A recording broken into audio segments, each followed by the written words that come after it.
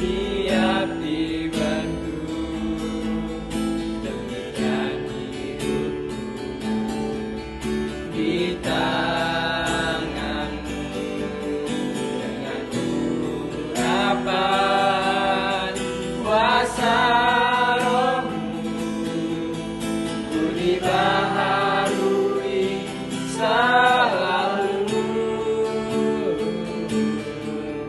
Jadikan ku Allah dalam rumahmu, berilah hidupku di tanganmu, berlepas turun kehendakmu, pakailah sesuai rencanamu. Ku mau sepertimu, Yesus, disempurnakan selalu dalam segenap jalanku, memuliakan nama-Mu. Ku mau sepertimu, Yesus, disempurnakan selalu dalam segenap jalanku, memuliakan nama-Mu, memuliakan nama-Mu, memuliakan nama-Mu.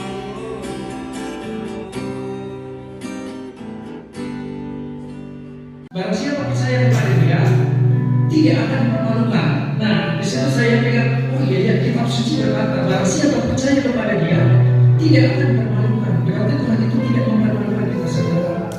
Yang seringkali kadang-kadang kita mempermalukan Tuhan, gitu ya. Dan itu saya sadar, Tuhan mengampuni saya. Saya ingin belajar, biarlah Tuhan terus ada di dalam kehidupan kita. Kita akan satu pujian lagi, saudara. Pujilah Tuhan selama-lamanya. Kita bangkit berdiri, kita nyanyi dengan suara-suara lain. Amin. Haleluya.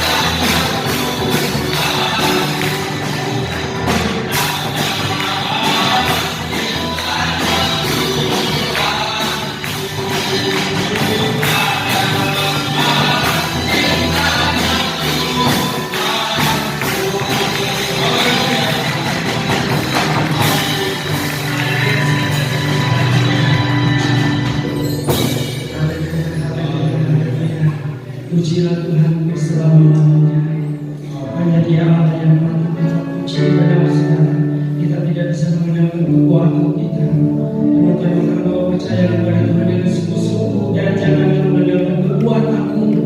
Biar kita seringkali mengandalkan kekuatan di dalam menghadapi permasalahan, menghadapi keadaan, kita menggunakan kekuatan kita. Kita lupa bahwa Tuhan sanggup menolong kita. Tuhan sanggup memimpin dan Tuhan sanggup memberikan jalan keluar. Tuhan sanggup menolong. Tuhan sanggup menolong. Kita percaya Tuhan. Percaya Tuhan. Percaya Tuhan. Maka Allah akan kita dalam setiap hidup. Saat kita melihat jalan Tuhan,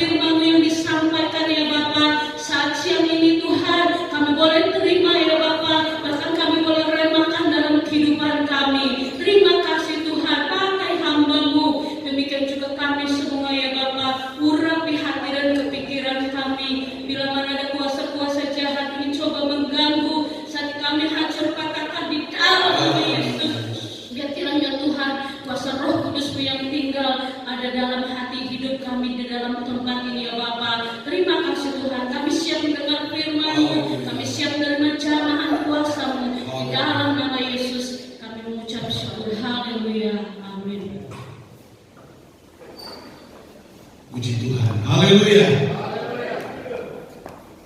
Benar seperti tadi telah kita nyanyikan bersama, apapun situasi yang kita hadapi, kita tetap percaya. Ya, kita tetap percaya kepada Tuhan. Tuhan kita itu Tuhan yang ajaib. Nah, saudara-saudara sekalian, pada kesempatan pada pagi hari ini kita kembali akan melihat firman Tuhan di dalam Injil Markus pasal yang kelima.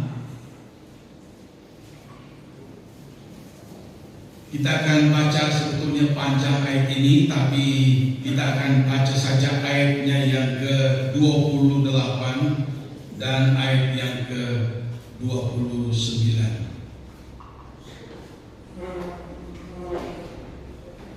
Kita hormati pembacaan firman Tuhan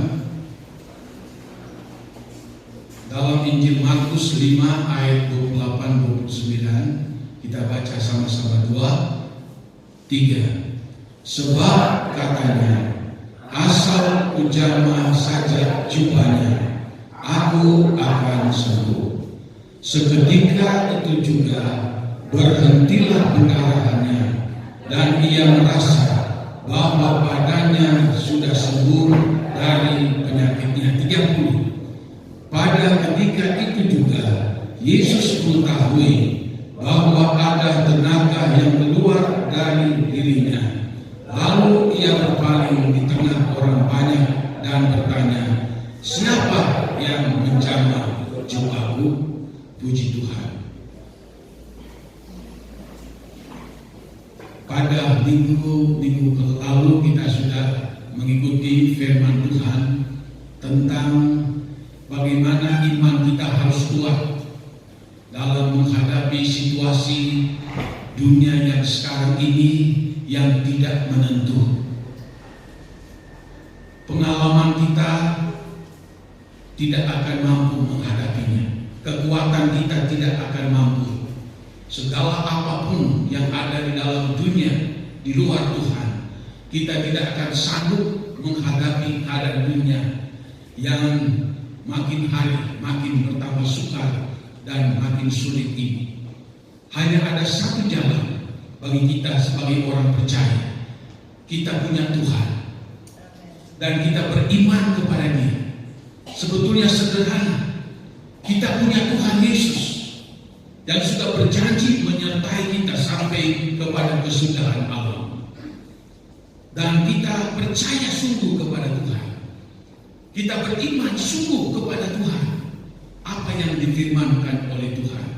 Inilah solusi yang paling tepat di dalam kita menghadapi keadaan situasi dunia ini yang makin hari makin menjadi sulit, makin menjadi sukar ini. Diceritakan di dalam pasal 5 ini, kalau kita lihat dalam mulai ayat 21, ada dua peristiwa yang terjadi dalam hari itu.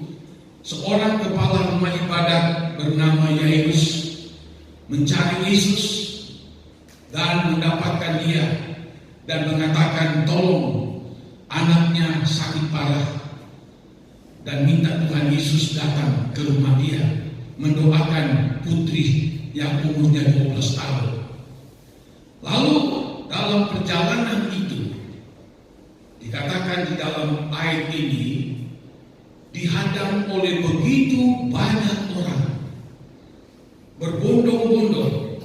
Bahkan di dalam ayat yang kita lihat dalam ayat 24, mereka berbondong-bondong mengikuti Dia dan berdesak-desakan di dekat Yesus. Begitu banyak orang mengikuti Yesus. Di mana Yesus melangkah, di situ mereka mengikutinya. Bukan hanya sedikit, ada begitu banyak sampai berdesak-desakan. Lalu di situ diceritakan dalam situasi itu ada seorang wanita yang mengalami sakit penyakit pendarahan yang sudah 12 tahun lamanya dia menderita sakit ini. Saya mempunyai teman, satu waktu dia berkata kepada kami, tolong doakan istrinya. Sudah mau 4 bulan, istrinya ini terjadi sakit pendarahan. Lalu pas ketemu, memang benar saya lihat istrinya sudah begitu lemas, lemah, dan kurus dan pucat. Baru 3-4 bulan, tapi fisiknya sudah lemah, sudah begitu pucat. Tapi dalam ayat ini 12 tahun lamanya. Bisa bayangkan, bukan setahun saja sudah cukup lama. 5 tahun saja, apalagi 10 tahun. Di sini ditulis 12 tahun lamanya. Lalu diceritakan dia berulang-ulang kali datang ke tabib. Dalam terjemahan lain, berulang kali dia datang ke dokter untuk mengobati penyakitnya. Bahkan disebutkan dalam ayat yang ke-26, bahkan sampai seluruh hartanya habis, kekayaannya habis.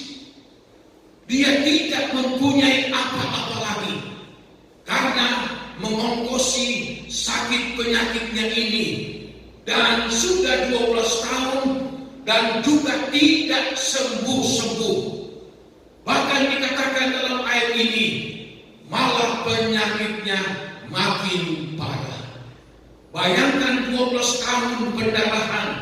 Hidup manusia itu ada di dalam darah. Darah itu adalah nyawa manusia. Banyak orang yang celaka, tidak sempat lagi ke rumah sakit, kehabisan darah, lalu dia mati. Nyawa, darah manusia adalah nyawa manusia itu. Bisa dibayangkan wanita ini 12 tahun. Kalau normalnya manusia itu 6 liter darahnya, mungkin tinggal berapa liter lagi darahnya. Separuh saja, sudah tidak stabil. Kalau saja 30% darah yang ada pada wanita ini, apalagi sudah begitu lemah dan tidak stabil kehidupannya. Bahkan firman Allah mengatakan, maka penyakitnya makin memburuk. Terjemahan lain berkata makin parah. Berarti sudah makin parah ini, dia tinggal menunggu waktu di mana dia akan mati. Lalu di situ dikatakan ayat 27, dia sudah mendengar berita-berita tentang Tuhan Yesus. Saya yakin dia belum pernah berjumpa dengan Tuhan. Dia hanya mendengar berita dari kata orang. Tentu peristiwa demi peristiwa yang dia dengar itu, dia mungkin dapatkan Tuhan Yesus sanggup menyembuhkan orang yang buta bisa melihat, yang timpang bisa berjalan, lalu mereka yang mati sekalipun bisa dibangkitkan. Dia sudah mendengar berita-berita tentang Yesus. Baru saja dia mendengar berita ini, timbul iman.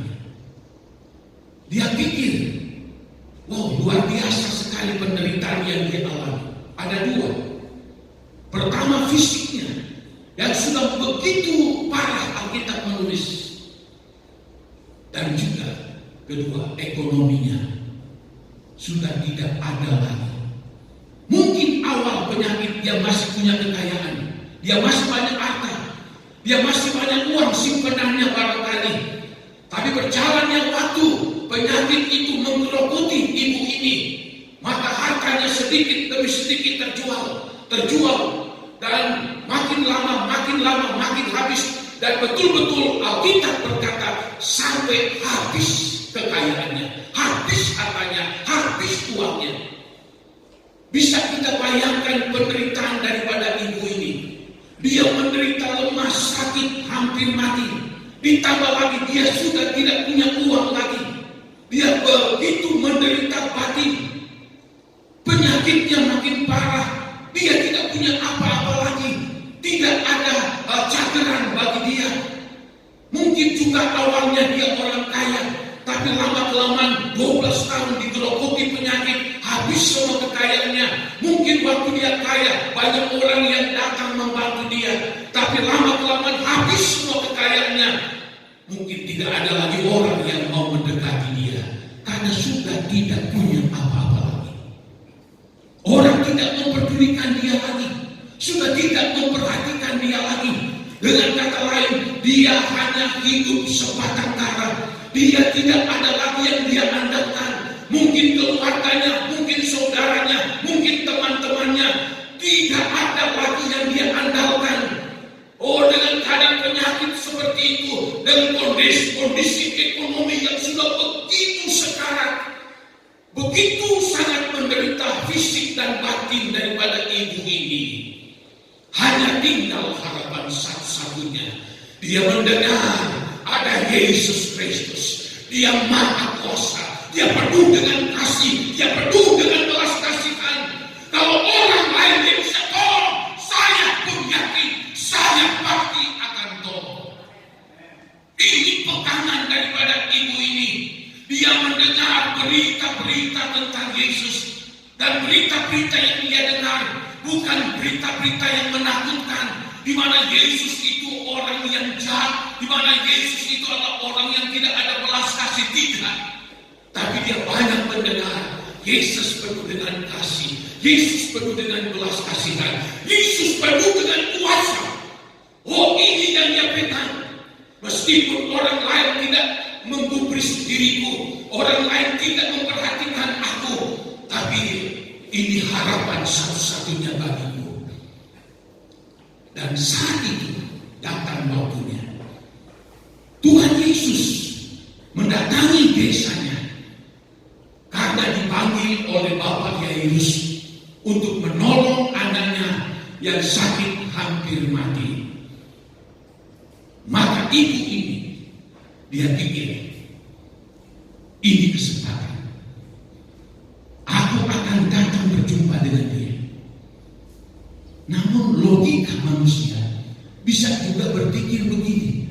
Wow, dalam keadaan orang banyak, berduyun-duyun, berbondong-bondong, lalu berdesak-desakan lagi, bagaimana aku bisa datang kepadanya? Logika manusia tidak mungkin. Dia sudah dalam kondisi tubuh yang begitu lemah. Tidak ada orang yang memberi jaminan untuk membantu dia, untuk akan membawa dia kepada Yesus. Tidak ada ditulis di dalam ayat ini. Tinggal dia sendiri. Tinggal dia sendiri. Ini luar biasa, sudah. Ya. Dari keadaan kondisi yang sudah betul-betul berada di titik nol ini, muncul imannya. Muncul imannya kepada Tuhan. Kalau dia akan lewat ke sini, maka aku punya keyakinan, asal saja aku jamah jubahnya. Kalau kita pelajari ayat itu, kok sepertinya nggak masuk di akal, saudara. Sebab jubah itu orang Yahudi itu memakai baju pertama dulu, lalu ada lapisan kedua yang disebut jubah atau juga bisa disebut mantel. Ya, itu yang dipakai oleh umumnya orang-orang Yahudi. Tuhan Yesus pun dia memakai ini. Ada pakaian yang sudah dikenakan dulu, lalu dia akan lapisi lagi dengan jubah. Dan biasanya jubah itu karena agak panjang dan agak lebar, diikat dengan tali pengikat, ya, atau diikat dengan kulit atau sejenisnya. Dia berkata, asal saja aku jamah jubahnya. Ada apa jubahnya? Ada apa jubah Yesus? Jubah Yesus itu benda mati seperti ini. Ini benda ini seperti dasi saya, seperti kemeja saya. Itu benda mati. Tidak ada kehidupan.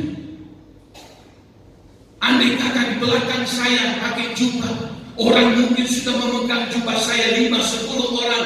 Saya tidak merasakan itu. Karena jubah atau kain itu benda yang mati. Tapi ibu ini kelihatan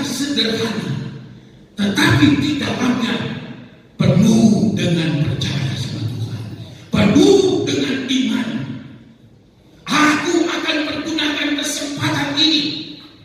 Aku akan berjuang mati-matian. Entah aku tertati-tati, entah aku terseok-seok, entah aku akan diinjak-injak oleh orang banyak. Tidak peduli. Yang penting aku bisa menjama jubahnya. Itu saja. Kita banyak menyaksikan di berita.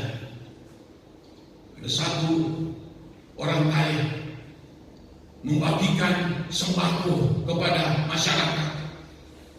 Karena sakingnya waktu zaman COVID, orang berebutan, terinjak-injak, anak terinjak, orang lain tidak, nenek-nenek terinjak, dan tidak sedikit yang dikabarkan mati karena terinjak-injak. Peristiwa Kanjuruhan sepak bola di Malang, ada 100 berapa yang meninggal. Kenapa? Karena terinjak-injak. Bukan mati ditembak, diinjak-injak oleh orang. Resiko dari ibu ini,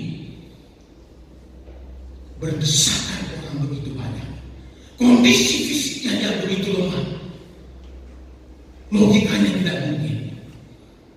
Tapi yang ada pada dia, aku nekat, aku akan berjuang, tapi bukan dengan nekat biasa. Aku akan nekat, aku berjuang habis-habisan, dan aku taruh pengharapanku, aku taruh percayaku bahwa menjama jubahnya pun saja aku pasti sembuh. Kalau mungkin dia bertanya kepada murid-murid Tuhan Yesus, andai kata ya, pribadi ya, andai ini kita tekan ning Tuhan, lalu kita oleh megang jubah waras beri. Pasti murid-muridnya bisa ketawa. Atau dia tanya ke orang-orang lain tetangga, pribadi ya, kalau saya datang cari dia, lalu saya pas ketemu pegang jubahnya, saya pasti sembuh. Orang pasti ketawain dia. Logikanya di mana? Yang dipegang itu adalah jubah. Tidak ada kehidupan di dalam jubah itu. Tapi ini iman daripada ibu ini yang sudah mau hampir mati dan sudah jatuh bangkrut dan miskin, dan penyakitnya mau membunuh dia. Kelihatan sederhana iman daripada ibu ini. Dia tidak muluk-muluk. Aku akan berlari-lari, lalu aku berteriak dengan sekuat tenaga. Aku akan berusaha, lalu aku akan memegang tangannya. Atau aku akan berusaha, aku pegang kakinya. Tidak. Sebab dia tahu tidak akan mungkin dengan fisiknya, kondisinya yang seperti itu, tidak akan mungkin. Tapi dia katakan dalam ayat ini, sebab katanya, asal ku jamah saja jubahnya, asal ku jamah jubahnya, asal ku jamah jubahnya, aku pasti sembuh. Amin. Iman yang sederhana kelihatan, tetapi dibalut dengan kepercayaan yang begitu hebat, begitu dahsyat pada ibu yang hampir mati dan bangkrut ini. Saya ulang-ulang baca, sampai menangis yang mengulangi membaca. Aduh, dibanding dengan banyak orang Kristen, jarang seperti ibu ini yang sudah bangkrut, yang sudah tidak berdaya sama sekali, tapi ternyata masih memiliki iman yang kedengarannya sederhana, tapi penuh dengan percaya sama Tuhan. Dengan kata lain, aku mau mati sekalipun, aku akan berjuang. Aku akan injak-injak di situ, tidak peduli. Yang penting aku bisa menjamah jubahnya. Dan aku yakin, aku pasti sembuh. Iman yang seperti ini sudah luar biasa, yang perlu kita miliki. Saya teringat ada cerita di dalam Alkitab. Bagaimana Raja Nebukadnezar yang begitu kaya, begitu masyhur, terkenal, lalu kesombongannya muncul. Lalu dia membangun suatu patung emas yang 60 hasta tingginya, atau kurang lebih 30 meter, lalu 6 hasta lebarnya, atau kurang lebih 3 meter, dari emas putih, karena begitu kaya. Pada waktu ditabiskan, seluruh pemerintahnya yang berkuasa, pejabat semua, seluruh masyarakat di kota itu, di Babel, datang untuk ikut dalam tabisan itu dengan persyaratan pada waktu 6 musik akan dibunyikan, ditambah dengan alat-alat lain. Maka sementara itu dibunyikan, maka kamu akan sujud menyembah kepada patung emas Nebukadnezar. Dan diberikanlah perintah, barang siapa yang tidak menyembah patung itu, dia akan dilemparkan ke dalam api yang bernyala-nyala. Lalu waktu acara dimulai,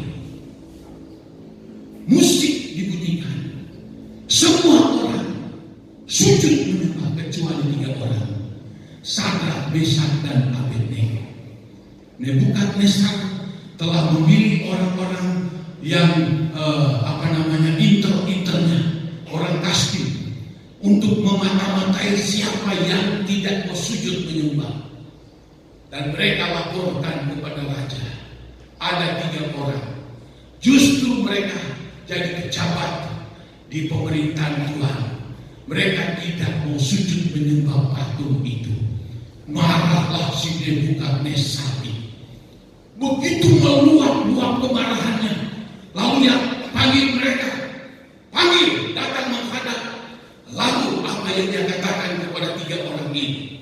Aku berikan kesempatan kepada kamu sekali lagi. Bila mana kamu mendengar ini musik yang sudah dilakukan, maka kamu akan sujud menyembah patung yang aku dirikan itu. Dan kalau tidak, dengan kemarahan besar, maka api akan dipanaskan 7 kali lipat, dan kalian bertiga akan dimasukkan ke dalam dapur api yang menyala-nyala. Apa iman dari Sadrak, Mesak, Abednego kendor? Tidak. Apa kepercayaan mereka sama Tuhan itu menjadi pudar karena ancaman kematian dimasukkan dalam dapur api? Tidak. Begitu beraninya mereka menghadap raja dan berkata, ya Tuan Raja, sebetulnya kami tidak akan memberikan jawaban kepada apa yang Tuan Raja katakan.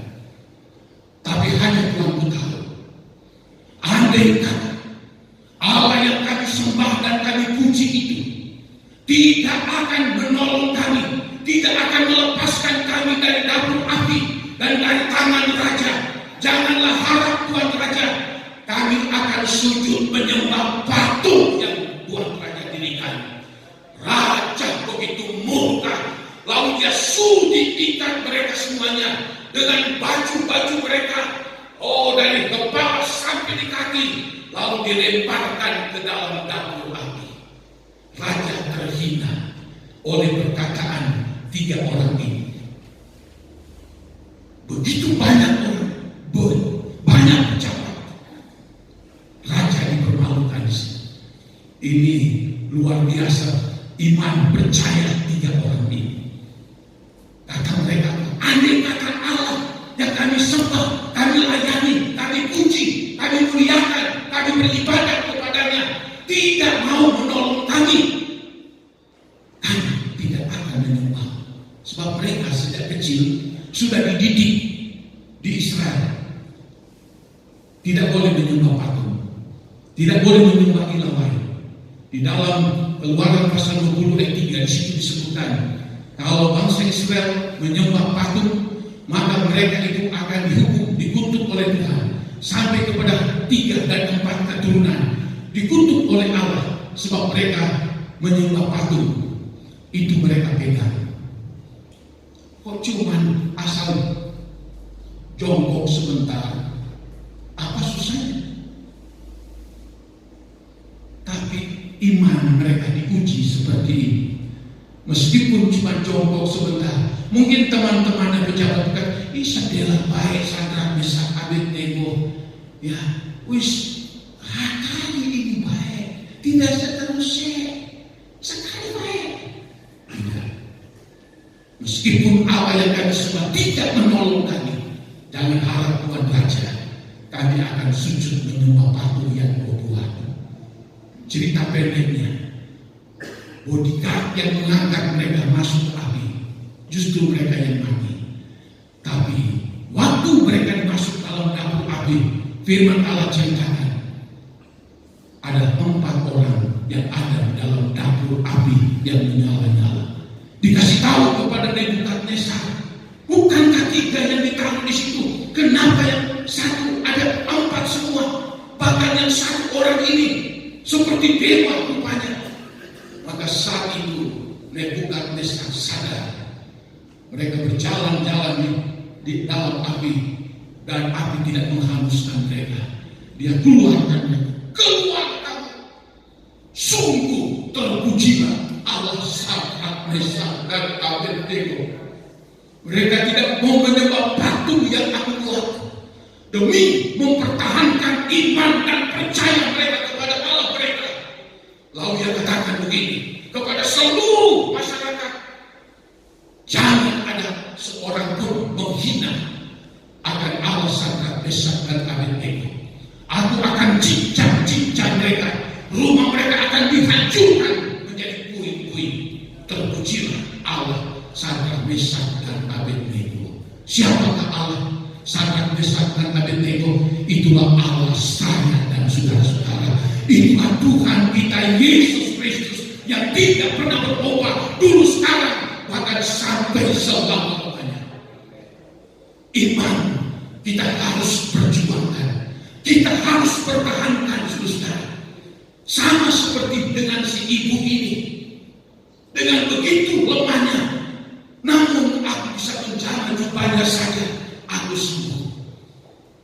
Lalu saya juga bingung bagaimana sampai dia itu merayap barangkali untuk bisa datang, sebab Yesus itu di jalan sedikit ditahan orang, maju lagi. Mungkin dia sudah dekat 2 meter, tapi maju lagi Tuhan Yesus karena banyak orang berdesak-desakan. Bayangkan perjuangan itu. Mungkin tinggal semeter, mungkin tinggal setengah meter, Tuhan Yesus berjalan lagi. Waduh, jauh lagi. Apa dia menyerah? Tidak. Yang penting bagiku, asal ku jamah jubahnya, aku tidak mau berusaha pegang kakinya atau tangannya, jubahnya saja. Memang Alkitab tidak menulis secara mendetail. Di dalam Yohanes berkata, segala perbuatan keajaiban yang Tuhan lakukan semuanya tidak ditulis dengan mendetail. Sebab kalau ditulis mendetail, maka Alkitab ini buku tidak cukup untuk menulis semuanya. Nah, saudara-saudara, dan hebatnya dia sampai menjaga jubah Yesus. Berhasil. Yesus tidak tahu ada ibu ini. Tapi apa yang ibu ini lakukan? Maka dalam ayat berikutnya dikatakan, setelah dia mencapai jubah Yesus, dia pegang entah bagian mana, bagian samping, bagian belakang, tidak dijelaskan lagi di dalam Alkitab. Yang penting itu jubah daripada Tuhan Yesus. Dia bisa menjangkau dengan susah payah saat dia pegang. Dan saat itu juga Alkitab mengatakan berhentilah pendarahannya, dan ia merasa bahwa badannya sudah sembuh dari penyakitnya. Pada saat dia menjamah jubah Yesus, terjadi sesuatu di dalam dirinya. Apakah itu mungkin sesuatu bagaikan listrik barangkali tenaga listrik panas. Tiba-tiba dia tidak lemah, tulang-tulangnya jadi kuat. Tiba-tiba fisiknya jadi kuat. Lalu tiba-tiba dia rasakan penyakitnya hilang. Luar biasa. Dengan begitu sederhana asal kejamnya jumlahnya. Saudara-saudara, dan saat itu berhenti penyakit daripada ibu itu pendarahan. Pada ketika itu juga Yesus mengetahui bahwa ada tenaga yang keluar dari dirinya. Lalu ia berpaling di tengah orang banyak dan bertanya, siapakah yang menjamah jubahku?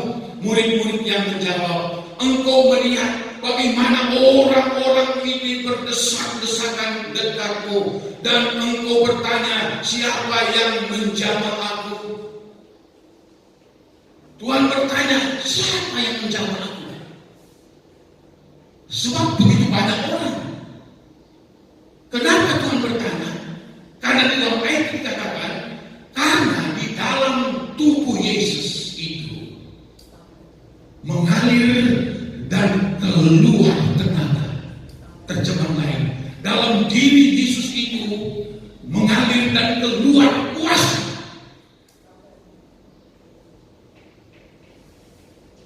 Dan kuasa itu ditujukan kepada ibu yang lemah, yang hampir mati, dan yang sudah bangkrut itu. Saya yakin banyak orang-orang yang menjamah kakinya, menjamah tangannya. Banyak orang berdesak-desakan, tapi cuma ibu ini, yang waktu dia menjamah, lalu mengalirlah kuasa Yesus datang kepada ibu ini. Saat itu juga dia sembuh, dia sehat, dia kuat. Lalu segala penyakitnya itu telah lenyap selama 12 tahun yang menghabiskan seluruh kekayaan daripada ibu ini. Yang perlu kita garis bawah ini, bagaimana kok bisa ya ibu ini bisa mampu menarik kuasa Allah datang kepada dia? Kok bisa? Sudah lemah, tidak berdaya lagi. Apa yang membuat ibu ini sangat menarik kuasa Allah dalam diri Yesus? Cuma jawabannya satu, iman. Jawabannya satu, iman. Percaya, percaya, percaya, percaya dengan sungguh-sungguh. Tuhan Yesus berkata begini, jikalau engkau hanya mempunyai sebesar imanmu sebesar biji sesawi saja, engkau akan berkata kepada gunung, pindah ke laut, dia akan pindah. Gunung masalah, gunung cobaan, gunung ujian, gunung penyakit, gunung apapun yang melanda kehidupan saya dan saudara, Tuhan tidak menuntut iman yang sebesar pohon atau sebesar buah kelapa, hanya sebesar biji sesawi saja, seperti pasir, lebih kecil dari pasir, tetapi membuat dia sanggup menarik kuasa dari Tuhan. Yesus tidak pernah berubah kuasanya, dulu, kemarin, hari ini, bahkan sampai selama-lamanya. Kuasa itu selalu tersedia. Namun bagaimana kita mampu menarik kuasa Yesus di dalam diri kita? Bukan butuh pengalaman, bukan butuh kekuatan manusia, tapi butuh iman yang luar biasa. Karena bagi Tuhan tidak ada yang mustahil. Yesus berkata, siapa yang menjawab aku? Karena telah keluar kuasa yang dari tubuhnya, sehingga dia bertanya, siapa? Murid berkata, orang berdesak-desakan, kenapa engkau bertanya seperti itu? Ini orang begitu banyak sekali. Lalu perempuan itu menjadi takut dan gemetar ketika mengetahui apa yang telah terjadi atas dirinya. Tampil dan tersungkur di depan Yesus dan dengan tulus memberitahukan segala sesuatu kepadanya. Waktu Tuhan Yesus bertanya, siapakah yang menjamah aku? Perempuan ini takut, katanya, gemetar. Lalu apa yang dia lakukan? Dia tampil. Sekarang dia sudah tegak, tidak lemah lagi, tidak seperti orang mau mati lagi. Sekarang dia sudah sehat, sudah kuat. Dia tersungkur di kaki Yesus. Haleluya. Dia tersungkur di kaki Yesus. Lalu dikatakan, dan dengan tulus memberitahukan segala sesuatu kepadanya. Maka katanya kepada perempuan itu, hai anakku, imanmu telah menyelamatkan engkau. Pergilah dengan selamat dan sembuhlah dari penyakitmu. Apa yang Tuhan lakukan itu luar biasa. Tuhan katakan kepada dia, pulanglah, imanmu telah menyelamatkan engkau. Ternyata dia belum menerima keselamatan. Belum. Meskipun dia orang Israel, dia belum mendapatkan keselamatan yang sangat diinginkan oleh banyak orang. Tapi iman yang ada pada ibu itu, yang bisa menarik kuasa dari Tuhan, menyelamatkan dia. Oh, luar biasa. Pulanglah. Karena dikatakan dalam ayat ini, karena engkau sembuh dari penyakitmu. Oh, luar biasa, saudara. Sembuh. Tidak ada lagi penyakit padamu. Sembuh. Engkau pulang dengan selamat. Engkau pulang dengan kesembuhan yang dari Tuhan. Tuhan memulihkan 100% keadaan daripada ibu ini. Masalah ibu ini seringkali menjadi masalah dalam kehidupan saya dan saudara. Menghadapi dunia pada akhir zaman ini, dunia yang penuh dengan kesusahan. Alkitab sudah memberitahu bahwa keadaan dunia pada akhir zaman penuh dengan kesukaran, penuh dengan kesulitan. Tidak akan makin baik, tapi akan makin sukar dan akan makin sulit. Kita tidak mampu hadapi dengan kekuatan kita. Kita tidak mampu hadapi dengan pengalaman kita. Kita tidak mampu hadapi dengan semua yang ada pada kita. Kita gagal menghadapi semuanya itu karena kita manusia. Perlu sekali kita hidup pada akhir zaman ini memiliki iman seperti ibu ini. Iman yang sanggup memberikan dia kesembuhan, yang sanggup menyelamatkan dia. Buat apa juga dia sembuh, tapi kalau dia tidak selamat, dia mendapatkan 2 porsi berkat. Dia menerima keselamatan dari Tuhan, dia menerima juga kesembuhan daripada Tuhan. Kita perlu iman menghadapi dunia ini. Saya teringat, saudara, satu waktu ada suami istri datang kepada saya. Mereka baru saja ditipu orang. Jadi tahu-tahu, waduh, kena tipu. Tipuannya ini membuat mereka bangkrut. Bahkan mereka katakan, oh, andai kata yang kami punya semua akan dijual, tidak akan mampu melunasi, membayar utang-utang yang ada pada kami. Jadi bukan lagi sudah miskin, sudah di bawah garis miskin. Betul-betul terpukul luar biasa. Lalu saya ajak berdoa. Tidak ada jalan lain. Tapi sebelum itu, karena begitu susah, dia terpukul suami istri karena tidak punya apa-apa lagi.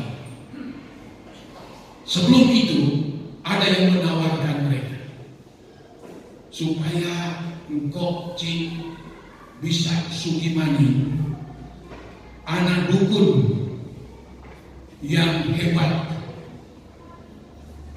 di Sukabumi. Dia bisa membuat usaha kamu bisa pulih kembali. Karena tekanan-tekanan yang sudah begitu berat sekali, padahal mereka orang Kristen. Mereka orang Kristen. Tapi karena sudah kalut berpikir, aduh bagaimana, punya anak-anak, gimana? Lalu mereka itu berangkat. Sampai di sana siang. Dari kejauhan, mereka sudah dikasih tunjuk sama pengantar. Itu Pak, rumahnya si dukun. Mungkin ada sekitar 100-an meter lagi, kurang lebih. Si bapak ini kaget.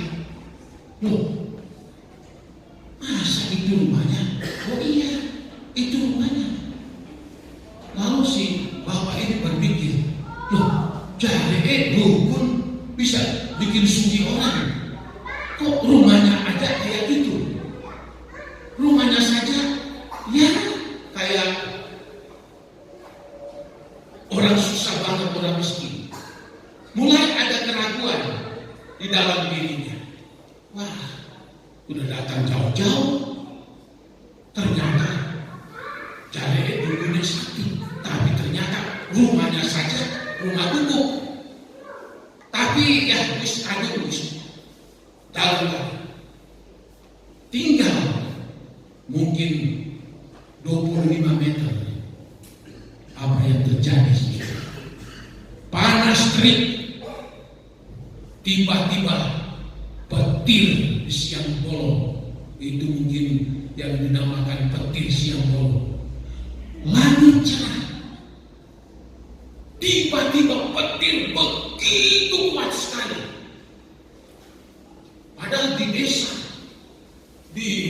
banyak di kampung, banyak pohon-pohon besar. Suaminya kaget. Apa lagi? Wah, ini teguran Tuhan. Tinggal sedikit di rumah dulu. Mereka putuskan tinggal pulang. Lalu mereka pulang. Lalu mereka ceritakan kepada saya. Sampai seperti itu. Tergoda. Terbawa omongan orang. Karena memang sudah sulit. Bangkrut habis-habisan. Jadi apa yang orang katakan ya udah ikutin aja. Tapi Tuhan mengasihi mereka. Mereka katakan petir itu petunjuk dari Tuhan. Jangan menggadaikan hidupmu kepada iblis. Engkau mungkin bisa kaya, tapi nanti jiwamu akan masuk neraka. Lalu pulang dari situ tidak lama ketemu sama saya. Saya ajak berdoa, berpuasa. Mereka berpuasa. Oh, karena sudah tidak punya apa-apa. Berdoa, berpuasa, berdoa. Lalu saudara, tidak langsung seperti membalikan telapak tangan. Berapa bulan kemudian Tuhan menunjukkan belas kasih kepada keluarga ini. Ada seorang bapak datang memberitahu mereka dia akan membangun suatu bangunan yang cukup besar. Namun belum tahun ini, nanti tahun depan. Tapi saya sudah bawa uang. Jadi takut uangnya nanti kenapa-kenapa. Jadi saya bawa uang, saya kasih dulu sama kamu. Belum nanti 1 tahun lagi baru saya bangun. Uang ini terserah Bapak akan pakai mau apa, yang penting waktu saya bangun segala bahan materinya sudah tersiap. Wah, luar biasa. Dan bukan uang kecil, cukup memenuhi toko mereka yang besar. Dari situ Tuhan mulai memilih keluarga ini.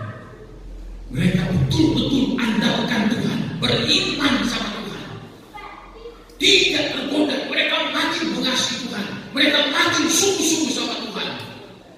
Luar biasa. Sehingga berkat dari Allah terus mengalir dalam kehidupan mereka. Bulan lalu kurang lebih 2 bulan lalu. Dia melihat di Facebook, wow, ternyata di gereja Om sudah pasang granit. Oh iya, lalu depannya juga.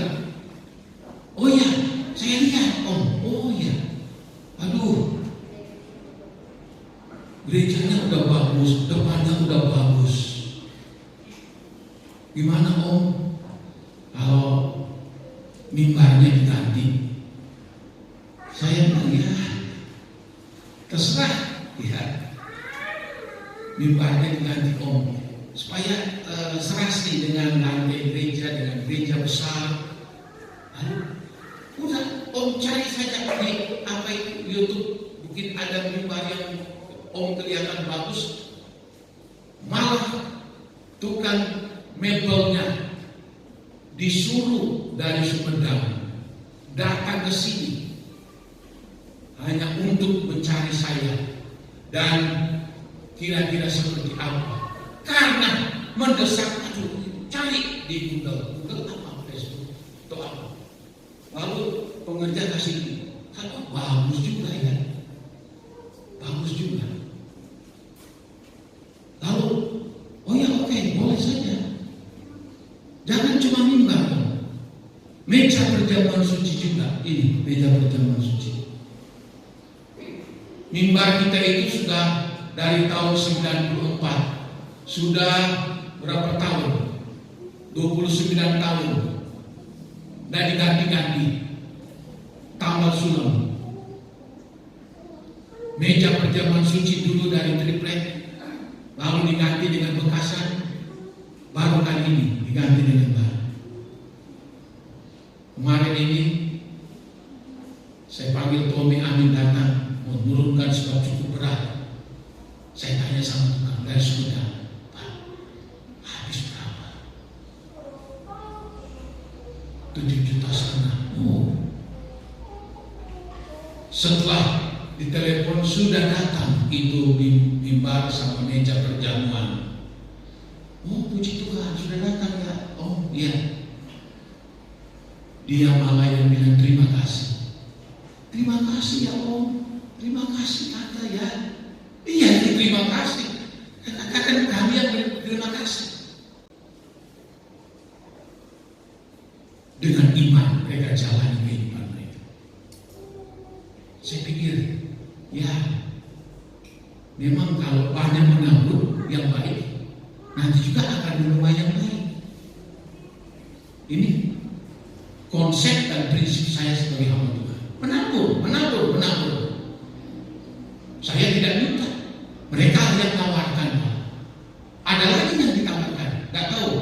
2-3 minggu muncul lagi, gak tahu.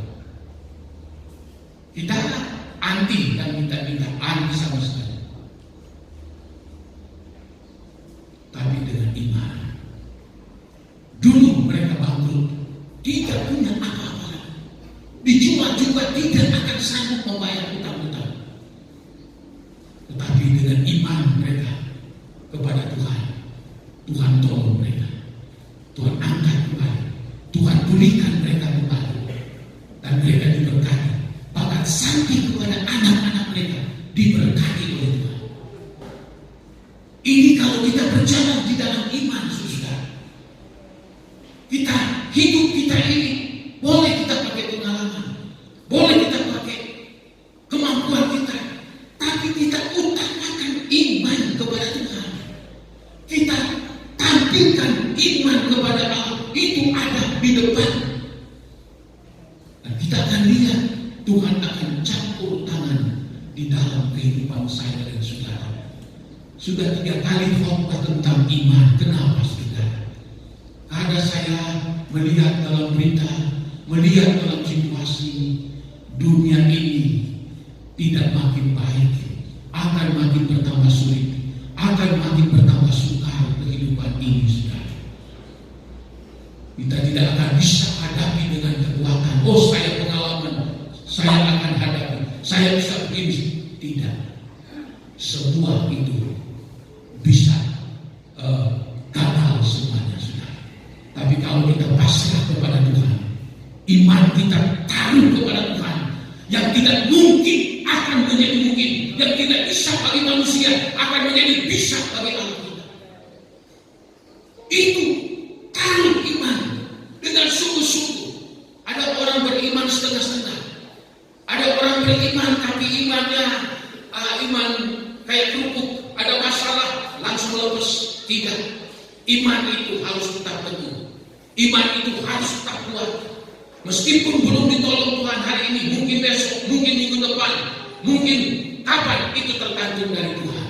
Yang penting iman kita tetap teguh di dalam Tuhan. Hadapi kehidupan ini di dalam Tuhan dengan memiliki iman yang kuat, iman yang teguh. Kita lihat ibu ini, sebenarnya dia sedang menuju kepada kematian. Tidak ada harapan lagi. Dia sudah bangkrut sama sekali. Tetapi Tuhan jamah dia oleh iman dari ibu ini. Oh haleluya. Dan dia sembuh. Dan kalau dia sudah sembuh, dia bisa bekerja lagi. Dia bisa berusaha lagi. Dan pasti Tuhan akan memberkati dia. Saudara sekalian, Tuhan kiranya tolong saya dan saudara. Sudah 3 kali kita dengar khotbah tentang iman ini. Mari. Ya mungkin kita berkata, oh saya beriman, tapi iman seperti apa? Apakah kita memiliki iman seperti janda Safat? Apakah kita memiliki iman seperti perwira Kapernaum? Apakah kita memiliki iman seperti perempuan yang ada di Sidon? Apakah kita memiliki iman seperti ini ibu yang sakit 12 tahun ini? Mereka semua melihat mujizat dari Tuhan. Kalau saya ceritakan, dan saya sudah saksikan pada khotbah pertama, bagaimana kalau kita berjalan dengan iman, kita akan lihat pertolongan Tuhan, keajaiban Allah terjadi dalam kehidupan kita. Sebab apa? Dengan beriman sungguh kepada Tuhan, tidak akan mengkhianati hasil. Dengan beriman sungguh sama Tuhan, tidak akan mengkhianati hasilnya. Ini firman Tuhan. Kalau kita pegang betul firman Allah, lakukan firman Allah, berjalan dengan iman, kita akan lihat dari yang tidak mungkin menjadi mungkin. Manusia berkata tidak bisa, tapi bagi Tuhan itu selalu bisa. Tuhan berkati kita masuk di dalam doa. Haleluya. Mungkin kita seperti ibu tidak berdaya. Tidak ada orang yang menolong. Tidak ada saudara yang bisa menolong. Segalanya kita melewati jalan yang buntu. Tapi ibu ini mempunyai iman. Dan begitu kuat di dalam Tuhan. Haleluya. Saat ku tak melihat jalanku, saat ku tak mengerti rencanamu, namun tetap ku pegang janjimu.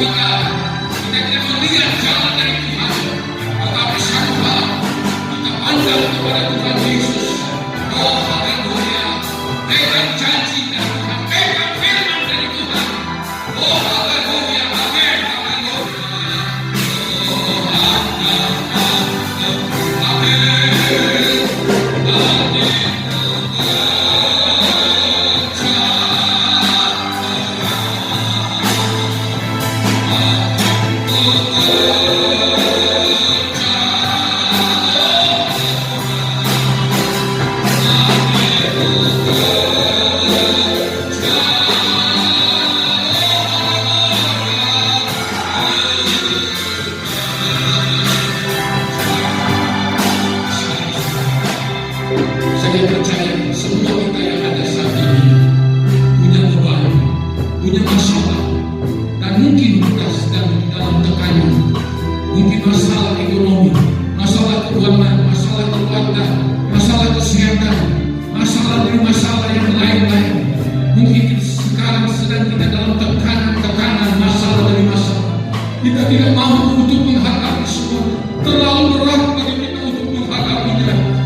Jangan kita putus asa.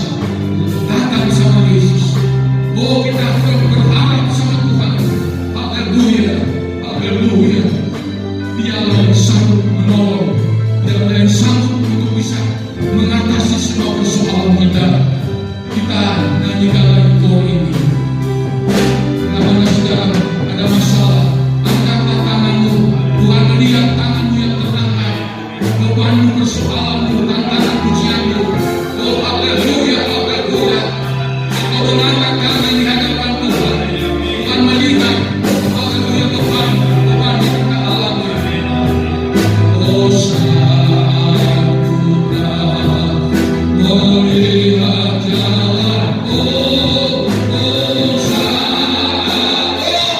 jalan, seringkali tidak mengerti rencana Tuhan. Namun tetap kami pegang firman-Mu, janji-Mu, dan janji-Mu. Arahkan kami hanya kepada-Mu saja,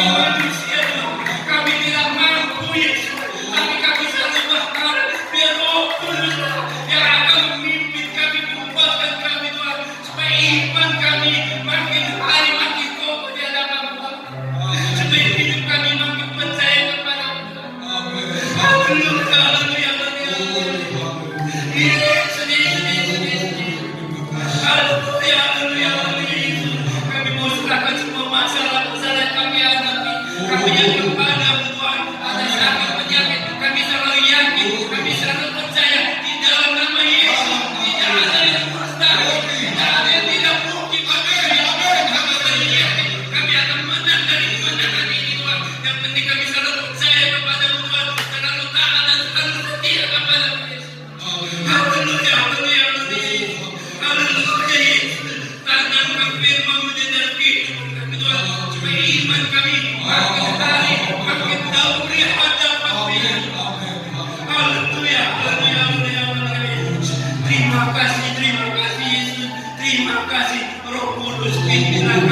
Tuntunlah kami Tuhan, supaya kami mau selalu berjalan bersama Engkau, selalu merobohkan selalu memimpin untuk kehidupan kami Tuhan. Terima kasih Tuhan, terima kasih Yesus, terima kasih.